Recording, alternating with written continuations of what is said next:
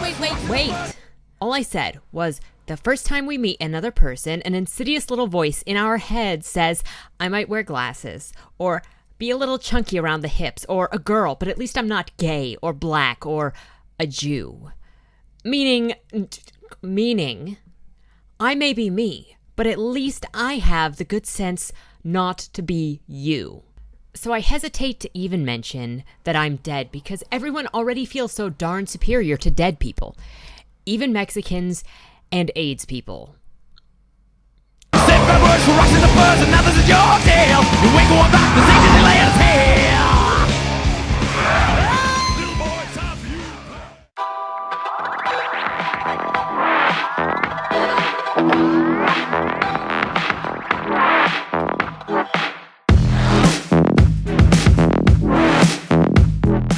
Are you there, Satan? It's me, Madison. Please, don't get the impression that I dislike hell. No, really, it's way swell. Tons better than I expected. Hey gamers, and welcome back to Book Review. So, what I just read to you is an excerpt from Chuck Palahniuk's book, Damned. I just recently finished this book, and it's what we'll be going over today for you to decide whether you'd want to read more of it or not. But before we get started, as always, if you have any book recommendations that you'd like me to read, something that's your personal favorite, something if you are a writer yourself and you'd like to recommend me your book, or if you've come across a train wreck of a book and you'd like me to take a look at it, I am also down for that, even if it can be mildly painful. But we'll be constructive about why it's bad.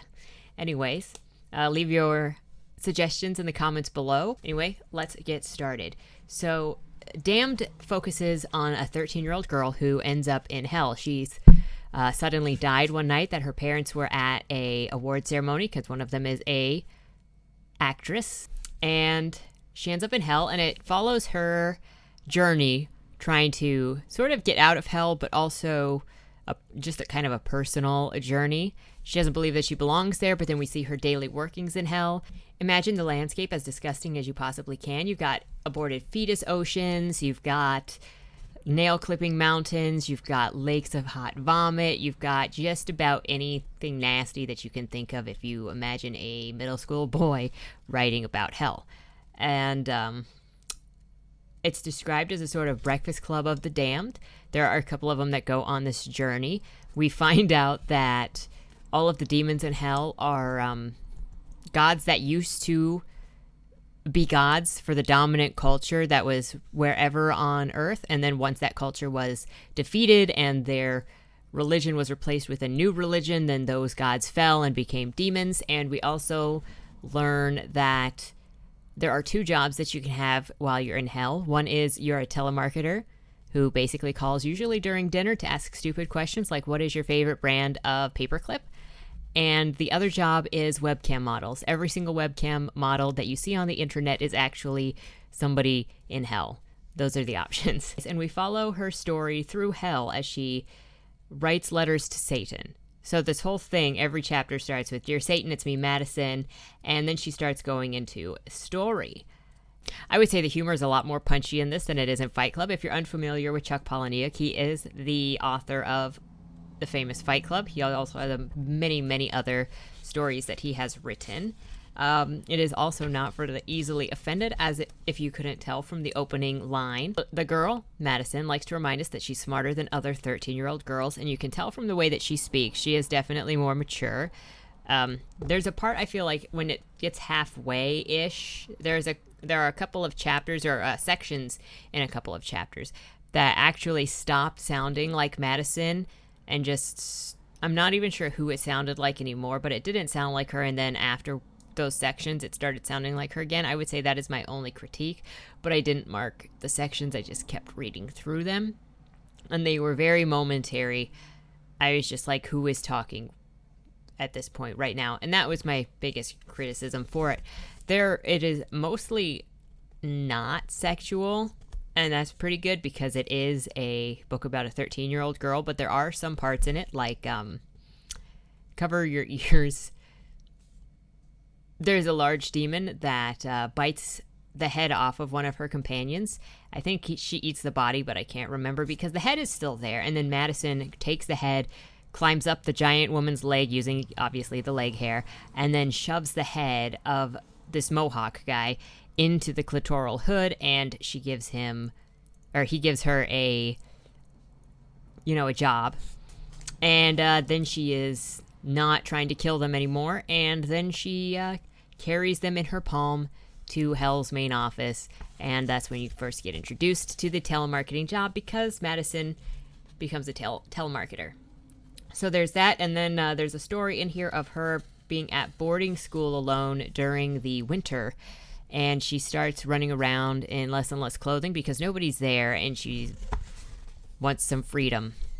Madison claims that she has died from smoking marijuana, and you'll also find that everybody in Hell is kind of a liar. Some of the other people she meets talk about, well, I died because I wore white after Labor Day, and just ridiculous reasons. That's not actually how they lie, or how they died, but you can't really trust anybody in Hell now, can you?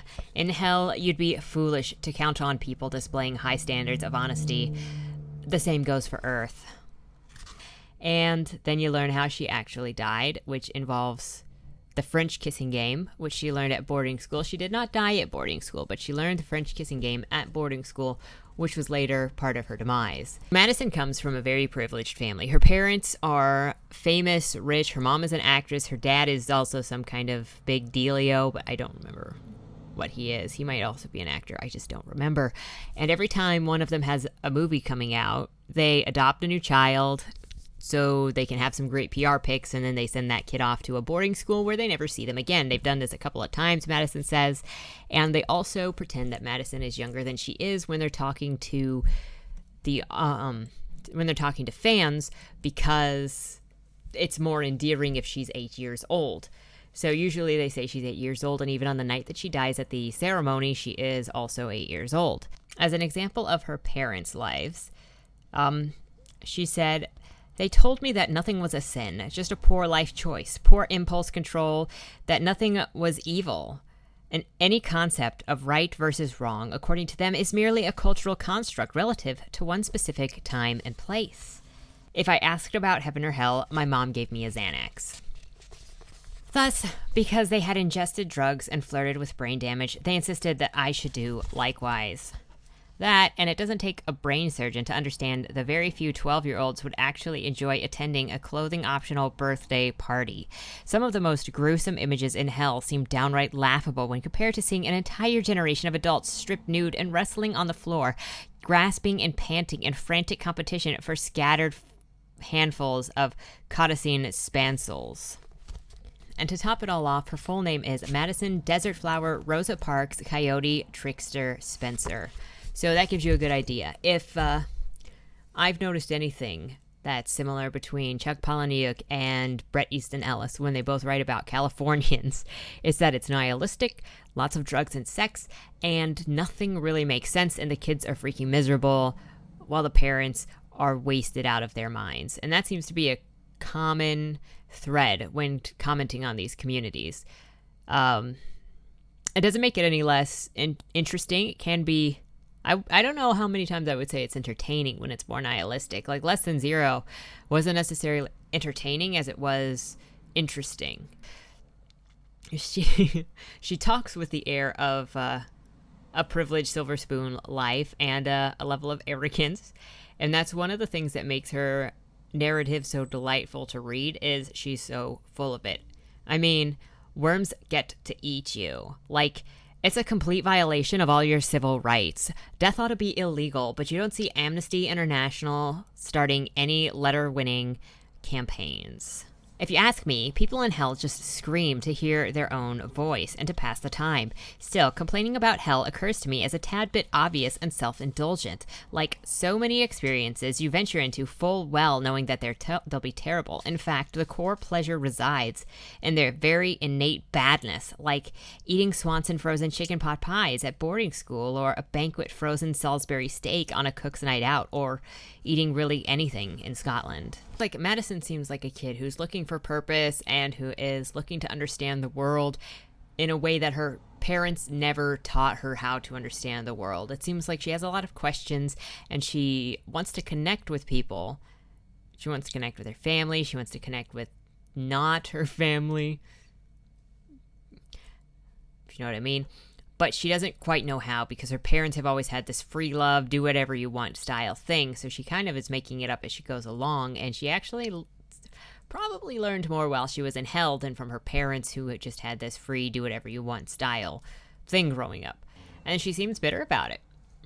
And I would be bitter too, honestly, if my birthday parties were just accommodated with piñatas with drugs and condoms in them. Yeah.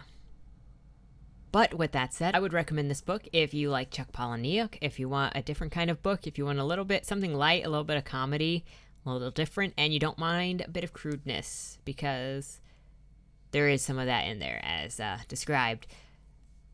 There's a link below to take you to somewhere you can buy it, and if you read it, let me know what you think. I will see you next time.